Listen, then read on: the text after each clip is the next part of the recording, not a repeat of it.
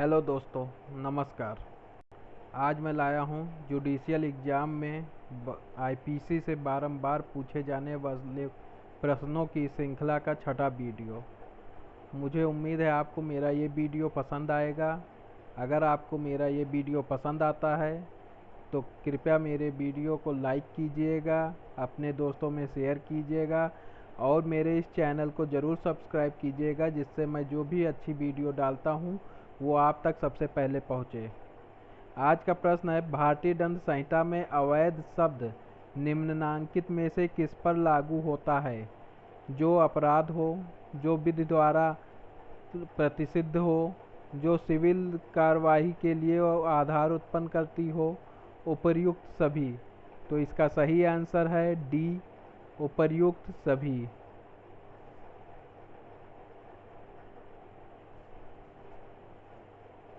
भारतीय दंड संहिता की धारा 43 में अवैध शब्द का अर्थ निम्नलिखित है। नंबर एक चीज़ जो अपराध हो, या दूसरा एक चीज़ जो विधि द्वारा प्रतिषिद्ध हो, या तीसरा एक चीज़ जो सिविल कार्यवाही के आधार उत्पन्न करती हो। अतः भारतीय दंड संहिता में अवैध शब्द उपर्युक्त सभी पर लागू होते हैं। अगला प्रश्न है, भारतीय दंड संहिता की धारा 34 का निम्न में से कौन सा आवश्यक तत्व नहीं है? कई व्यक्ति द्वारा आपराधिक कृत्य का किया जाना, आपराधिक कृत्य सामान्य आशय को के अग्रसर करने में किया जाना, आपराधिक कृत्य करने वाले व्यक्तियों के मध्य पूर्व निर्धारित योजना का होना, सामान्य उद्देश्य के अग्रसर करने में किया गया कार्य। तो इसका सही आंसर है डी, सामान्य उद्देश्य के अग्रसर करने में किया गया कार्य। भारतीय दंड संहिता की धारा 34 में परिभाषित सामान्य आशय के आवश्यक तत्व निम्नलिखित हैं। एक, आपराधिक कृत्य। दूसरा, आपराधिक कृत्य एक से अधिक व्यक्तियों द्वारा किया गया हो।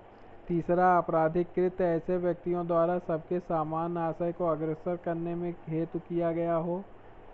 चौथा, सामान्य आशय किसी पूर्व निर्धारित योजना के अनुसार हो। पांचवा, सभी का अपराध में किसी न किसी रूप में सम्मिलित होना। तथा छठा, अपराध में सभी का शारीरिक उपस्थित होना। कई व्यक्तियों द्वारा सामान्य उद्देश्य के अग्रसर में आपराधिक कृत्य जो भारतीय दंड संहिता की धारा 34 के अंतर्गत नहीं वरन धारा 149 के अंतर्गत आएगा। अगला प्रश्न है, किसी आपराधिक कार्य करने में भारतीय दंड संहिता की धारा 34 में संयुक्त दायित्व के सिद्धांत की अपेक्षा है कि अभियुक्त मात्र कार्य की तैयारी की योजना बनाने में सम्मिलित हुआ हो, अपराधियों को अनुप्रमाणित करने वाला सामान्य आशय विद्यमान हो, विधि विरुद्ध जमाव के किसी सदस्य द्वारा जमाव के सामान्य उद्देश्य को अग्रसर करने में कोई अपराध किया गया हो। डी, उपर्युक्त में से कोई नहीं। तो इसका सही आंसर है बी, अपराधियों को अनुप्रमाणित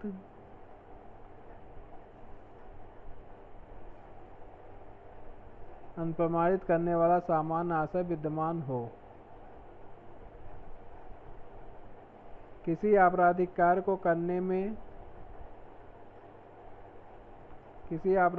को करने में भारतीय दंड संहिता की धारा 34 में संयुक्त दायित्व के सिद्धांत की अपेक्षा है कि अपराधियों को अनुप्रमाणित करने वाला सामान्य आशय विद्यमान हो। अगला प्रश्न है, निम्नलिखित में से कौन सा भारतीय दंड संहिता की धारा 34 का एक आपराधिक तत्व नहीं है? कोई आपराधिक कृत्य का किया जाना, आपराधिक कृत्य कई व्यक्तियों द्वारा किया गया हो, आपराधिक कृत्य 5 से अधिक व्यक्तियों द्वारा किया गया हो, आपराधिक कृत्य सामान्य आशय को अग्रसर करने में किया गया हो। तो इसका सही आंसर है सी, आपराधिक कृत्य 5 से अधिक व्यक्तियों द्वारा किया गया हो। भारतीय दंड संहिता की धारा 34 के अंतर्गत सामान्य आशय को अग्रसर करने में किए गए अपराध में संयुक्त दायित्व के सिद्धांत के लिए आपराधिक कृत्य एक से अधिक व्यक्तियों द्वारा किया जाना चाहिए, 5 से अधिक व्यक्तियों द्वारा नहीं। अगला प्रश्न है, भारतीय दंड संहिता 1860 की धारा 34 को लागू करने में निम्न में से क्या आवश्यक तत्व नहीं है? सामान्य आशय, अपराध का कारित किया करना, अभियुक्तों की संख्या 5 हो, अपराध सामान्य आशय के अग्रसर में हो। तो इसका सही आंसर है सी, अभियुक्तों की संख्या 5 हो। अगला प्रश्न है, भारतीय दंड संहिता की धारा 34 का कौन सा गलत अवयव है? कोई आपराधिकृत किया गया हो, आपराधिकृत 2 या अधिक व्यक्तियों द्वारा किया गया हो, आपराधिकृत 5 व्यक्तियों द्वारा किया गया हो, कृत सामान्य आशय को अग्रसर करते हुए किया गया हो। तो इसका सही आंसर है सी,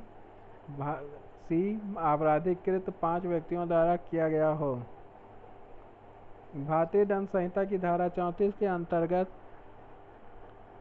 संयुक्त दायित्व के लिए आपराधिकृत 1 से अधिक व्यक्तियों द्वारा सामान्य आशय को अग्रसारित करने हेतु किया गया होना चाहिए। भारतीय दंड संहिता की धारा 34 के अंतर्गत संयुक्त दायित्व के संदर्भ में निम्नलिखित में से गलत उत्तर को इंगित कीजिए। सामान्य आशय का अर्थ है विचारों का पूर्व मिलन। सामान्य आशय का अर्थ है उसका ज्ञान और उसमें भागीदारी। सामान्य आशय का अर्थ है कि प्रत्येक अपराधी को न केवल आशय की जानकारी हो वरन वे उससे सहमत भी हुए हों। डी, सामान्य आशय का अर्थ है अपराधियों के बीच केवल विचार विमर्श, चाहे वे उससे सहमत हों अथवा नहीं। तो इसका सही आंसर है डी, सामान्य आशय का अर्थ है अपराधियों के बीच केवल विचार विमर्श, चाहे वे उससे सहमत हों अथवा नहीं। भारतीय दंड संहिता की धारा 34 के अंतर्गत संयुक्त दायित्व के हेतु सहमति आवश्यक है, अतः विकल्प डी गलत उत्तर है। निम्न में से कौन सा वाद भारतीय दंड संहिता की धारा 34 में संबंधित नहीं है? महबूब शाह बनाम एम्परर, बारिंद्र कुमार घोष बनाम एम्परर, के.एम. नानावती बनाम बम्बई राज, जे.एम. देसाई बनाम बम्बई राज। तो इसका सही आंसर है सी, के.एम. नानावती बनाम बम्बई राज। के.एम. नानावती बनाम बम्बई राज के मामले में उच्चतम न्यायालय ने गंभीर एवं अचानक प्रकोपन के संबंध में कुछ मार्गदर्शक सिद्धांत प्रतिपादित किए हैं। शेष तीनों वाद सामान्य आशय धारा 34 से संबंधित हैं। अगला प्रश्न है, निम्नलिखित में से कौन सा वाद सामान्य आशय पर आधारित संयुक्त दायित्व के सिद्धांत से संबंधित नहीं है? बारिंद्र कुमार घोष बनाम एम्परर, महबूब शाह बनाम एम्परर, जे.एम. देसाई बनाम बम्बई राज, रेक्स बनाम गोविंदा। तो इसका सही आंसर है डी, रेक्स बनाम गोविंदा।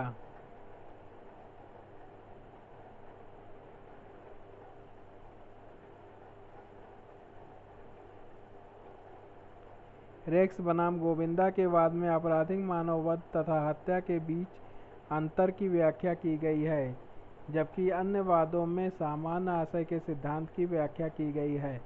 निम्नलिखित वादों में से कौन से सामान्य आशय से संबंधित है? महबूब शाह बनाम एम्परर, बारिंद्र कुमार घोष बनाम एम्परर, डीपीपी बनाम बियर्ड, श्रीकांतिया बनाम बम्बई राज। तो इसका सही आंसर है, इसको नीचे दिए गए कूट की सहायता से सही उत्तर चुनिए। ए 1, 2 और 3, बी 1, 2, 4, सी 2, 3, 4, डी 1, 3, 4।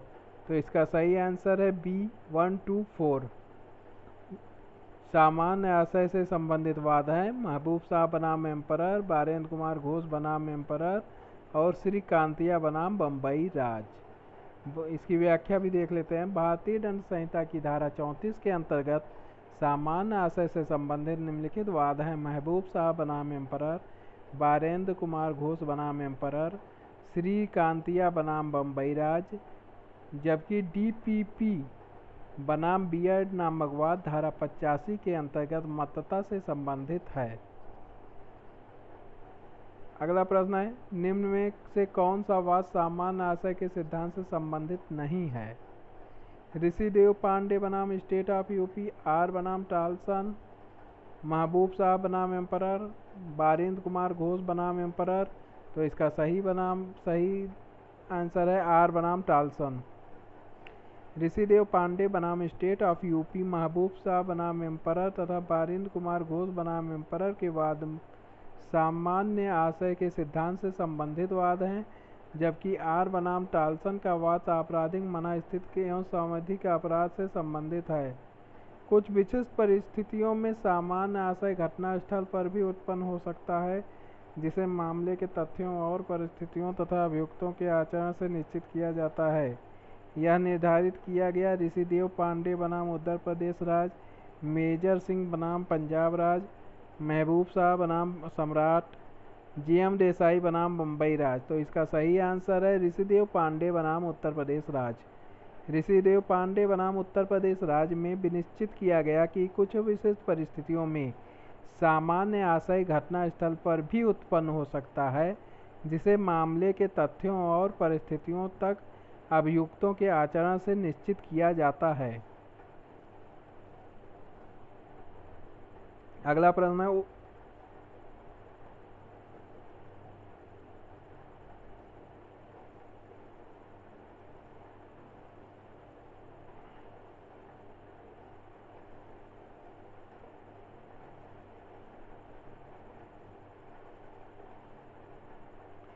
प्रश्न है उच्चतम न्यायालय ने भारतीय दंड संहिता की धारा 34 और धारा 149 के बीच अंतर को समझाया है। शुक्ला बनाम राजस्थान राज्य में, नानक चंद बनाम पंजाब राज्य में, केशव मैथ्यू तथा अन्य बनाम त्रावणकोर राज्य में, प्रमथनाथ तालुकदार बनाम सरोज रंजन सरकार में। तो इसका सही आंसर है बी, नानक चंद बनाम पंजाब राज्य में। नानक चंद बनाम पंजाब राज्य के वाद में उच्चतम न्यायालय ने निर्धारित किया कि धारा 34 व 149 के बीच अंतर है और इस संदर्भ में इन दोनों धाराओं के साथ किसी प्रकार का भ्रम नहीं करना चाहिए। अगला प्रश्न है उच्चतम न्यायालय द्वारा भारतीय दंड संहिता की धारा 34 और 149 के बीच अंतर की प्रामाणिकता व्याख्या निम्न में की गई है। महाराष्ट्र राज्य बनाम एम.एच. जॉर्ज, गुरुदेव सिंह बनाम पंजाब राज्य, राम कुमार बनाम हरियाणा राज्य, नानक चंद बनाम पंजाब राज्य। तो इसका सही आंसर है नानक चंद बनाम पंजाब राज्य। अगला प्रश्न है निम्नलिखित कथनों पर विचार कीजिए। भारतीय दंड संहिता की धारा 34 में 2 व्यक्ति अपेक्षित हैं, जबकि भारतीय दंड संहिता की धारा 149 में 5 व्यक्तियों की अपेक्षा है। भारतीय दंड संहिता की धारा 34 में समान आशय की अपेक्षा है, जबकि भारतीय दंड संहिता की धारा 149 में दोनों में पूर्व सहमति की अपेक्षा है। भारतीय दंड संहिता की धारा 34 और 149 दोनों में पूर्व सहमति की अपेक्षा है। भारतीय दंड संहिता की धारा 34 और भारतीय दंड संहिता की धारा 149 दोनों विशिष्ट अपराध का सृजन करती है। उपरोक्त कथनों में कौन सही है? ए 1 और 3rd, B 2nd and 3rd, C 1st और 2nd, डी 2nd और 4th। तो इसका सही आंसर है 1 एंड और 2nd। पहला है भारतीय दंड संहिता की धारा 34 में 2 व्यक्ति अपेक्षित हैं, जबकि भारतीय दंड संहिता की धारा 149 में 5 व्यक्तियों की अपेक्षा है, जो कि कथन सही है। दूसरा कथन है भारतीय दंड संहिता की धारा 34 में सामान्य आशय की अपेक्षा है, जबकि भारतीय दंड संहिता की धारा 149 दोनों में पूर्व सहमति की अपेक्षा है। दूसरा कथन भी सही है, तीसरा और चौथा कथन गलत है। अगला प्रश्न है विधि विरुद्ध जमाव के सदस्यों का जो संयुक्त रूप से अपराध करते हैं आपराधिक दायित्व निर्धारित करने वाले सिद्धांत को इंगित कीजिए। सामान्य उद्देश्य, सामान्य आशय, सामान्य षड्यंत्र, दुष्प्रेरणा। तो इसका सही आंसर है ए, सामान्य उद्देश्य। विधि विरुद्ध जमाव का हर सदस्य सामान्य उद्देश्य को अग्रसर करने के लिए अपराध का दोषी है, भारतीय दंड संहिता की धारा 149 के अनुसार। इस धारा में उल्लिखित सिद्धांत को सामान्य उद्देश्य का सिद्धांत कहा जाता है। अगला प्रश्न है किसी परिणाम को स्वेच्छा कारित किया जाना कहा जा सकता है यदि कोई व्यक्ति कारित करने का आशय रखता है या ज्ञान रखता है कि वह इसे कारित कर सकता है या विश्वास रखने का कारण रखता था कि ऐसा कारित होना संभव है। उपरोक्त सभी परिस्थितियों में डी इसका सही आंसर है डी, उपरोक्त सभी परिस्थितियों में। भारतीय दंड संहिता की धारा 39 के अंतर्गत दी गई स्वेच्छा शब्द की परिभाषा के आलोक में उपरोक्त सभी स्थितियों में किसी परिणाम का स्वेच्छा कारित किया जाना कहा जाएगा। भारतीय दंड संहिता में सद्भाव शब्द परिभाषित है धारा 44 में, धारा 51 में, धारा 52 में, धारा 52 का में। भारतीय दंड संहिता की धारा 52 के अनुसार कोई बात सद्भाव पूर्वक की गई या सविश्वास की गई नहीं कही जाती जो सम्यक सतर्कता और ध्यान के बिना की गई या विश्वास की गई हो। भारतीय दंड संहिता के अंतर्गत अर्थागत सद्भाव पूर्वक से अभिप्रेत है सम्यक सतर्कता और ध्यान के साथ किया गया कार्य वह वास्तविक विश्वास की किया गया कार्य की विधि के विपरीत नहीं है। कोई कार्य जो वस्तुतः ईमानदारी से किया गया हो सद्भाव युक्त विश्वास के अधीन किया गया। तो इसका सही आंसर है डी, सद्भाव युक्त विश्वास के अधीन किया गया। अगला प्रश्न है निम्नलिखित में से कौन सा एक भारतीय दंड संहिता द्वारा परिभाषित शब्द दंड की परिभाषा में नहीं आता है? संपत्ति का समपहरण, प्रताड़न, अर्थदंड, कारावास। तो इसका सही आंसर है बी, प्रताड़न।